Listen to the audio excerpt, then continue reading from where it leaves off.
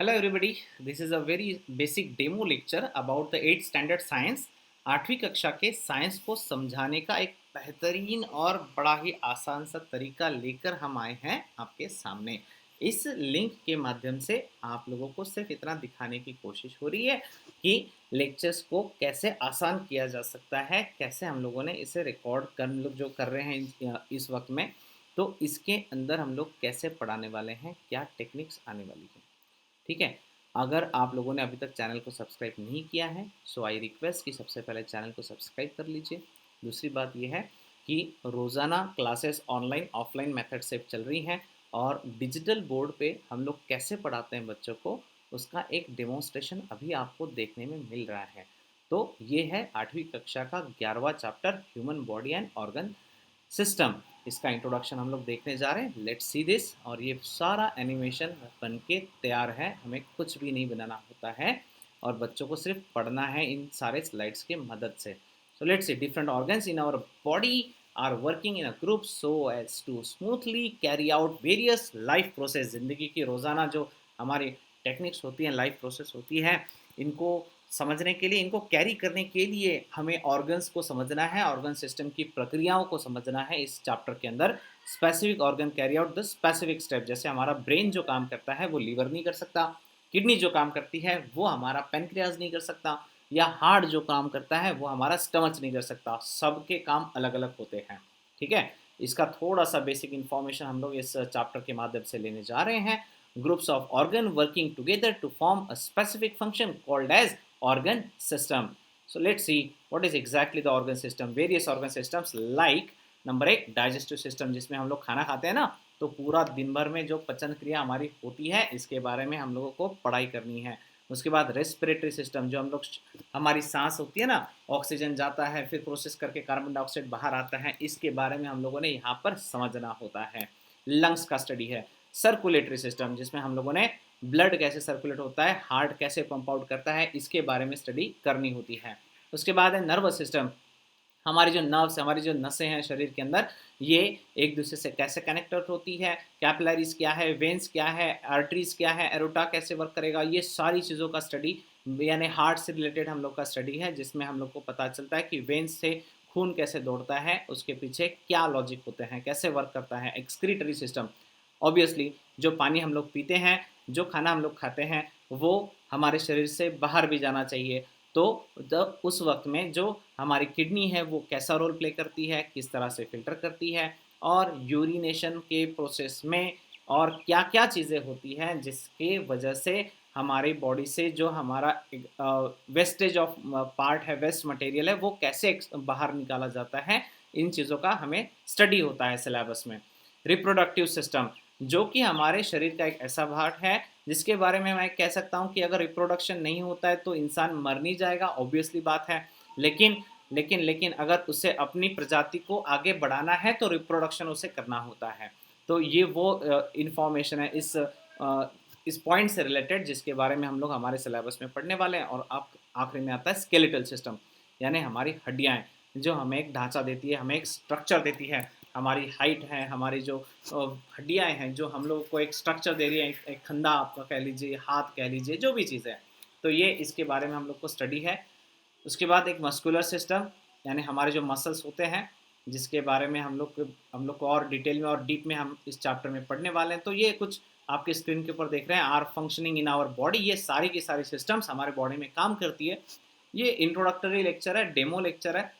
मैं अभी पूरा डिटेल नहीं पढ़ाने वाला क्योंकि काफ़ी वक्त लगेगा इस चीज़ों के लिए। ये सिर्फ एक एग्जाम्पल है जो मैं यूट्यूब के लिंक पर मैं आप लोग को शेयर कर दे रहा हूँ। लेकिन आगे चल के हम लोग, अगर कोरोना बढ़ जाता है और ऑफलाइन क्लासेस बंद है और ऑनलाइन जाना पड़ता है, तो हमें इसी मेथड से जाना है। ये हमारा तरीका रहेगा पढ़ाने का। ऑफलाइन में भी हम लोग इसी मेथड से पढ़ रहे थे डिजिटल बोर्ड के ऊपर, और ऑफलाइन में भी हम लोग ऐसे ही पढ़ चुके हैं, ऑनलाइन में भी हम लोग यही मेथड से पढ़ने वाले हैं। So energy is essential to operate all the life process in a human body. सबसे ज़रूरी चीज़ है ऊर्जा। अगर आपने खाना खाया तो ही आपको एनर्जी मिलेगी, तभी आप लेक्चर कर पाओगे, क्लासेस कर पाओगे। खाना नहीं खाओगे तो कुछ नहीं कर पाओगे, सीधा सो जाएंगे हम लोग, क्योंकि हमारे शरीर में ऊर्जा नहीं रहेगी। सबसे ज़रूरी चीज़ है शरीर की, वो है ऊर्जा, energy. Energy production occurs within the cell. और ये सब कहाँ पर होता है, ये हमारे सेल के अंदर होता है। अब सेल क्या है, सेल कैसे दिखाई देता है, ये सब चीज़ें हम लोग कहीं ना कहीं पढ़ चुके हैं और उसका थोड़ा सा हिस्सा हमें यहाँ पर इसकी ज़रूरत पड़ने वाली है। So cell need the supply of soluble nutrients, जैसे कि हम लोग देख रहे हैं फॉस्फोरस हो गया या कार्बन सॉरी ऑक्सीजन हो गया, ये हमारी गैस है। ये हम लोग इनहेल करते हैं, हमारे सांसों से ऑक्सीजन लेते हैं और हमारे सेल को देते हैं, right. For the purpose this supplies takes place with the help of circulatory system के माध्यम से सेल तक न्यूट्रिएंट्स, ऑक्सीजन, वाटर, ये सब चीज़ें पहुंचाई जाती है। यानी हम जो खाना खाते हैं उसमें प्रोटीन्स, विटामिन्स, फैट्स, कार्बोहाइड्रेट्स, ये सब हमारे शरीर के अंदर जाता है। और ये किस लिए ज़रूरी होता है, ये हमारे सेल को अच्छा, ऊर्जावान और एनर्जी से भरा हुआ रखना है, तो उसके लिए ज़रूरी होता है। सो रेस्पिरेटरी सिस्टम, जैसे हमको पता है हम लोग सांस लेते हैं, ऑक्सीजन लेते हैं, तो हमारे लंग्स के अंदर जाएगा। लंग्स के अंदर कौन है, एल्वियोलाई, अंगूर की तरह से छोटे छोटे गुच्छे होते हैं जो आप लोग स्क्रीन के ऊपर देख रहे हैं। तो इनमें ऑक्सीजन का आना और यहाँ से कार्बन डाइऑक्साइड का बाहर निकलना, ये सिलसिला शुरू हो जाता है। Respiration is carried out through the following 3 steps. 3 steps कौन सी है, स्टेप्स इन अ रेस्पिरेशन और respiratory system. Let's see the steps. External respiration, जिसको इंस्पिरेशन या इनहेलेशन कहते हैं, air is taken through the nose, हम लोग हमारे नाक से सांस लेते हैं, और माउथ से भी अगर हम लोग सांस ले रहे हैं तो या सांस छोड़ते हैं तो एयर इन और एयर आउट, यानी ब्रीथिंग की प्रक्रिया होती है, सांस लेने की प्रोसेस होती है। And send toward the lungs to the trachea. Trachea यानी एक पाइपलाइन है जिसके माध्यम से हम लोग हमारे फेफड़ों में यानी लंग्स में हवा को भरते हैं, ऑक्सीजन को भरते हैं। ठीक है, आगे चलते हैं। एक्सपिरेशन या एक्सहेलेशन क्या होता है, जिसमें हम लोग हमारे शरीर में से सांस को बाहर छोड़ते हैं। Oxygen from the inspired air goes into the blood and carbon dioxide releases. Blood carries the CO2 from various part of the body toward the lungs. These are given out by exhalation.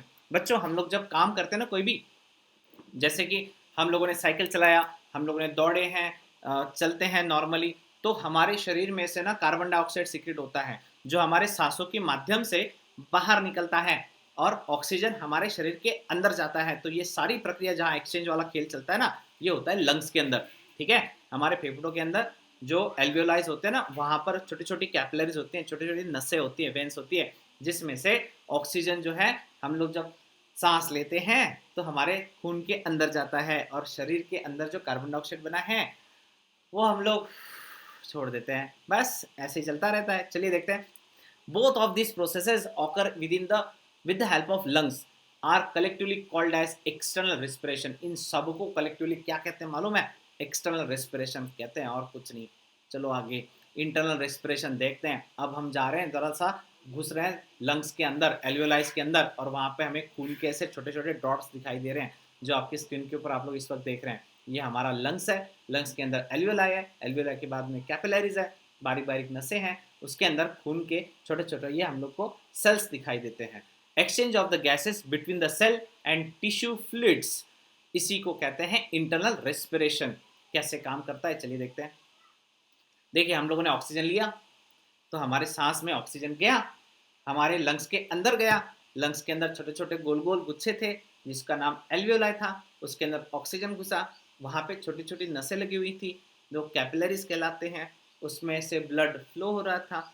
उस blood के अंदर जो carbon dioxide है वो हमारे alveoli ने खींच लिया, और हमारे पास जो ऑक्सीजन था जो हमने लंग्स में से एल्वियोलाई में से कैपिलरीज के अंदर बहने वाले खून के साथ मिक्स कर दिया।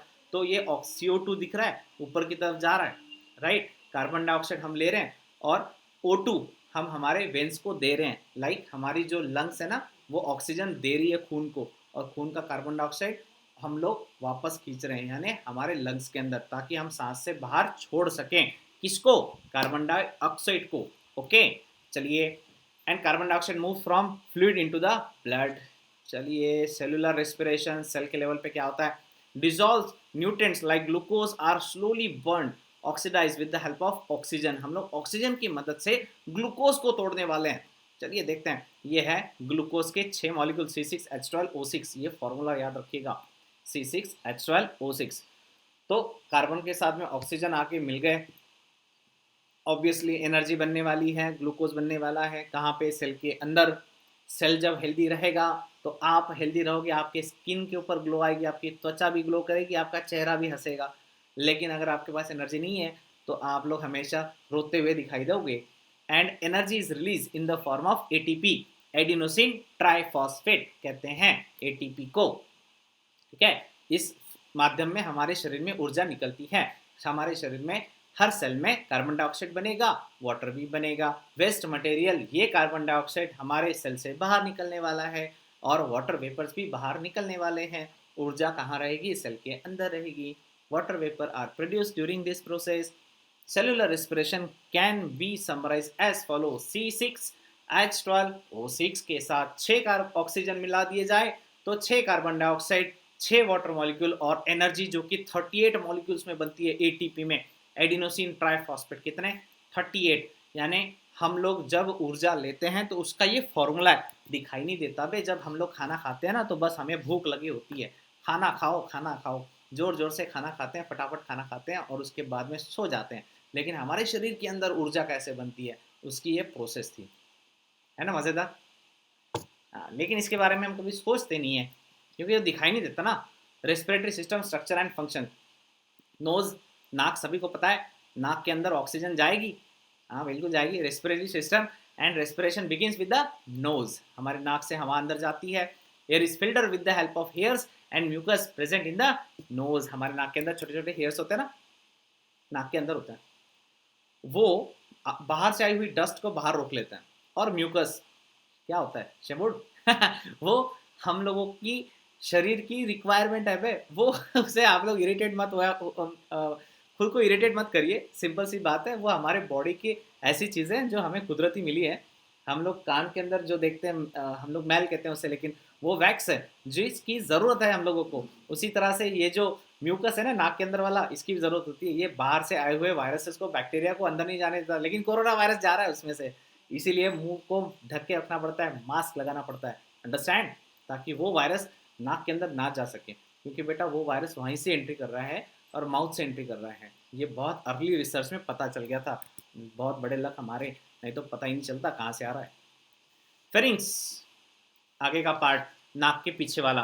Food pipe and wind pipe originate in this part called as pharynx. Pharynx के अंदर हमारे जो सांस लेते हैं ना हम लोग, तो उसमें ऑक्सीजन जाता है, और जब हम खाना खाते हैं ना तो उसमें सॉलिड लिक्विड भी जाते हैं। तो सॉलिड लिक्विड और गैसेस हमारे शरीर के अंदर जब एंट्री करते हैं ना, तो एक पार्ट होता है जहाँ पे ये बाइफर्केट हो जाते हैं। विंड पाइप अलग, हवा वाला पाइप जो लंग्स को जाके मिलेगा। फूड पाइप अलग, जिससे हम लोग खाना जा रहे हैं, खाना लेके जा रहे हैं नीचे, फूड हमारे पेट के अंदर, है ना, तो वो फूड वाला पाइप अलग होता है, विंड वाला पाइप अलग होता है। दोनों पाइप अलग अलग होते हैं भाई, सेम नहीं होते, ठीक है।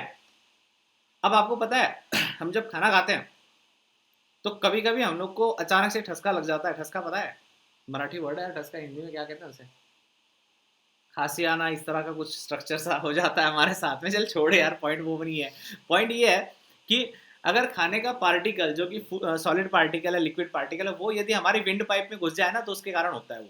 उसके बारे में भी डिटेल में देखेंगे हम लोग। Wind pipe is present in front of the food pipe, यानी हमारा सामने जो दिखाई देता है यहाँ पे वो विंड पाइप है, उसके पीछे वाला फूड पाइप होता है, ठीक है। ये आया भाई फूड, दिख रहा है। There is a lid at the beginning of the wind pipe. Wind pipe के बिगिनिंग में एक लीड है। तो ट्रकिया जो दिख रहा है आप लोग को, पाइपलाइन जिसके अंदर से हमारी ऑक्सीजन जाने वाली है, उसी के पीछे एक छोटा सा पार्ट है जिसको एपिग्लॉटिस कहते हैं, जो फूड को आगे की तरफ ढकेलता है और ट्रकिया के अंदर घुसने नहीं देता। आगे कौन है? ईसोफेगस नाम का एक पाइप है, ईसोफेगस के अंदर फूड जाना चाहिए, और ये अगर ट्रकिया के अंदर घुस गया ना तो फिर हम लोग को जोर से खांसी आती है खाना खाते वक्त में। फिर हम कहते हैं पानी पियो और ऊपर देखो।